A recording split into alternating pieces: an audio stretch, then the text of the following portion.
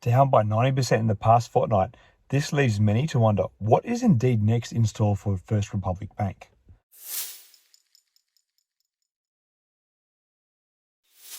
Hi again everyone, I hope you're all doing really well. Today we will discuss the current state of First Republic Bank, ticker symbol FRC, a San Francisco-based lender that has recently been struggling to maintain its footing in the financial market.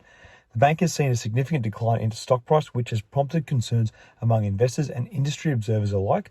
There has been a lot going on with the stock lately, and it is leaving many punters wondering where to with the 14th largest bank in the US. So in this video, we will try to do a bit of a recap as well as discuss what the future may hold for this medium-sized lender. So let's get into it.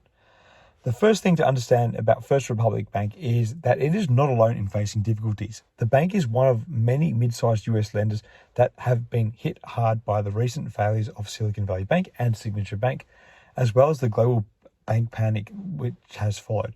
As a result, investors have become increasingly unsettled about the prospects of the firm and many other mid-sized lenders. At the heart of First Republic Bank's problems is its deposit base. Like many US regional banks, First Republic has been facing worries that its depositors will leave. In particular, the bank has been affected by the failure of Silicon Valley Bank, which was bleeding funds due to its core business of banking venture capital firms and their startups.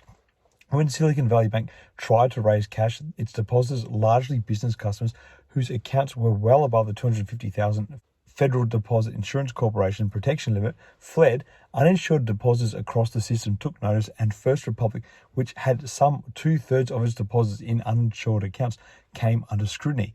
To restore confidence in regional banks, the biggest banks in the US swooped in to shore up First Republic. Under the plan, 11 banks, including JPMorgan Chase, placed $30 billion in deposits at First Republic Bank using their own funds. JPMorgan, Citigroup, Bank of America, and Wells Fargo each made a $5 billion uninsured deposit into First Republic. Morgan Stanley, Goldman Sachs kicked in a further $2.5 billion apiece, while 5 other banks contributed $1 billion each. The move sought to show that the largest firms, which are widely perceived as beneficiaries of the unrest, are willing to put their money to work there. However, the rescue plan did not succeed. The day after the rescue was announced, the bank said it was suspending its dividend and its shares slumped further, fueling speculation over whether First Republic has a future as a standalone bank.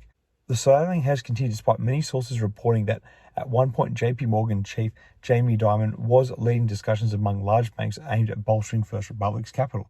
Meanwhile, fears about the health of banks leapt an ocean and prompted Swiss officials to hastily engineer a takeover of giant Credit Suisse Group by its rival UBS Group. Regulators on both sides of the Atlantic said the global financial system remains resilient, but investors remain on edge, as shown in Friday's largely unexplained rout of European banks, centering on Germany's Deutsche Bank. So what does the future hold for First Republic Bank? It isn't entirely clear. First Republic has now hired bankers to seek out alternatives for its board to consider, but the options appear limited. Regional banks remain under stress generally, and the firm's bonds are still trading at a steep discount to face value. Meanwhile, the free fall in First Republic stock has wiped out billions of dollars in shareholder wealth. The shares traded as high as $147 earlier this year, but now are fetching around the $12 per share mark. The decline of First Republic Bank's stock price has been a source of concern for many investors. Some believe that the bank's recent troubles are indicative of broader problems in the US financial industry. Others argue that the bank's problems are specific to its own operations and management, and that it will ultimately recover once these issues are addressed. Whatever the case may be, the future of First Republic Bank remains uncertain, and the bank will have to navigate through the challenges it is facing in order to regain the confidence of its investors and depositors. The bank's stock price has plummeted to an all-time low, wiping out billions of dollars in shareholders' wealth, and the options for its board to consider appear limited. One potential option for the bank could be to merge with another institution or be acquired by a larger bank.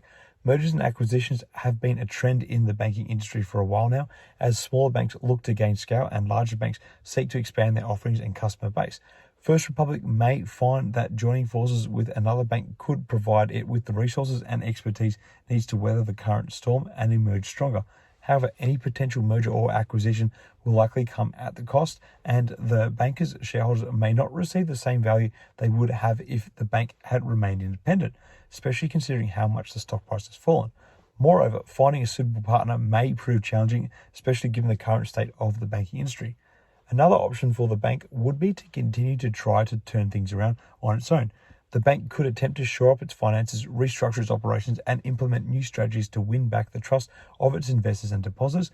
This option, however, could be difficult to execute given the current market conditions and the competitive landscape. Overall, it remains to be seen what the future holds for First Republic Bank. The bank is facing significant challenges and its stock price reflects the uncertainty and fear that investors are feeling. Nevertheless, the bank has a long history of serving its clients and weathering market turbulence, and it is possible that it will emerge from this crisis stronger than ever. Investors who are considering buying or holding First Republic stock should be aware of the risks involved and should carefully weigh the potential rewards against those risks. As with any investment, there are no guarantees, and investors should do their own research and consult with a financial advisor before making any such decisions. In conclusion, the recent troubles facing First Republic Bank are a reminder of the fragility of the banking industry and the importance of careful risk management. The bank's stock price has been hit hard by the failures of other regional banks and the global panic that has ensued. The bank has faced challenges with its depositor base and has struggled to regain the confidence of its investors and depositors.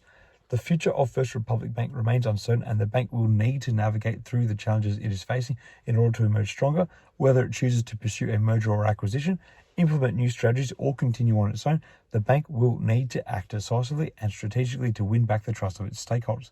Investors who are considering investing in First Republic Bank should carefully consider the risks and potential rewards involved and should seek the advice of a financial advisor before making any such decisions.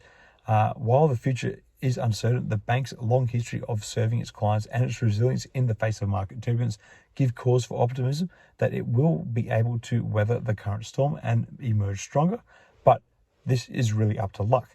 Anyway, let me know your thoughts on where you see FRC heading, as well as your thoughts on the general state of the banking crisis in the comments below.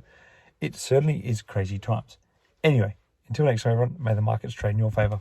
Cheers.